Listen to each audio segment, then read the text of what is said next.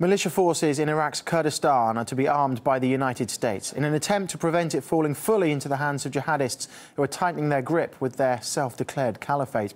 Light weaponry and ammunition will be dispatched, but there are questions about what kind of match they'll be against heavily armed Islamic State fighters. Ghana Chichikan reports. Thousands of Iraqis are helpless in the face of terror from the Islamic State. The jihadi militants are ruthless and well-armed. The jihadist forces in Iraq are probably the strongest jihadist forces in the region and in the world. They are equipped with advanced American weapons, and that's how they were able to ethnic cleanse the minorities, Christian and Yazidi minorities, from many areas in Kurdistan or south of Kurdistan, and now they're attacking Kurdistan. U.S. officials see no alternative to sending weapons to combat the extremists who now fight with American weapons. You cannot confront ISIS with flowers. At the same time, flooding an already deeply divided country with more weapons could backfire in the future. There is no American military solution to the larger crisis in Iraq. The only lasting solution is for Iraqis to come together and form an inclusive government. President Obama may want a unified Iraq, but the Kurds have long wanted out. And arming Kurdish militia forces could lead to a permanent breakup of Iraq. Any peaceful cessation of the Kurds from Iraq would be unlikely, considering the region's several disputed and multi-ethnic cities, as well as major oil holdings in both Kurdish and contested territory. Now, as pressing as the Kurds' defense needs are, the question is whether the weapons provided for defense today could be used for offense at a later date. In Washington, I'm Ghana Chichikan, RT.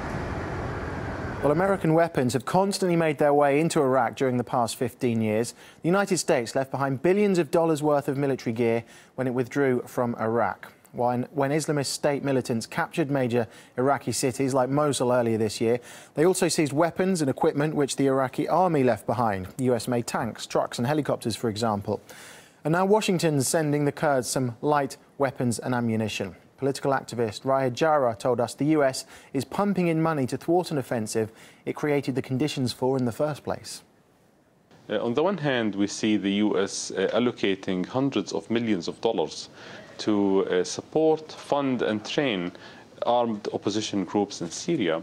At the same time, the US is supporting the Iraqi central government against the armed opposition groups in Iraq. The confusing part is that the armed groups behind the uprising in Syria and Iraq are linked. You know, an armed opposition fighter in Iraq is considered an enemy of the United States, but once they cross the border to Syria, they're funded and armed by the United States. Definitely foreign interventions and foreign agendas in the region have opened the doors wide for all of these extremist groups. The Islamic State is a small group with 5,000 to 10,000 soldiers, mostly on pickup trucks. They took out 35% of Iraq's territory in a week. Well, America's long had an eye on Iraq's semi-autonomous Kurdistan in the country's north, which is home to massive oil reserves. But large sections of the Kurdish community also live across the border in Turkey. Supplying weapons to Iraqi Kurds could put the US in a tricky position with Turkey, which has long been engulfed in a violent struggle with its own Kurdish population. The Kurdish region of Iraq is the one region of Iraq that is more or less firmly under US control. The United States is against the Kurdish movement in Turkey because it doesn't control it. But in Iraq, what's basically existing in northern Kurdistan is a U.S. protectorate, and that's the region, that's where the oil is under U.S. control. Basically, the name of the game from Washington is to keep the oil money flowing in.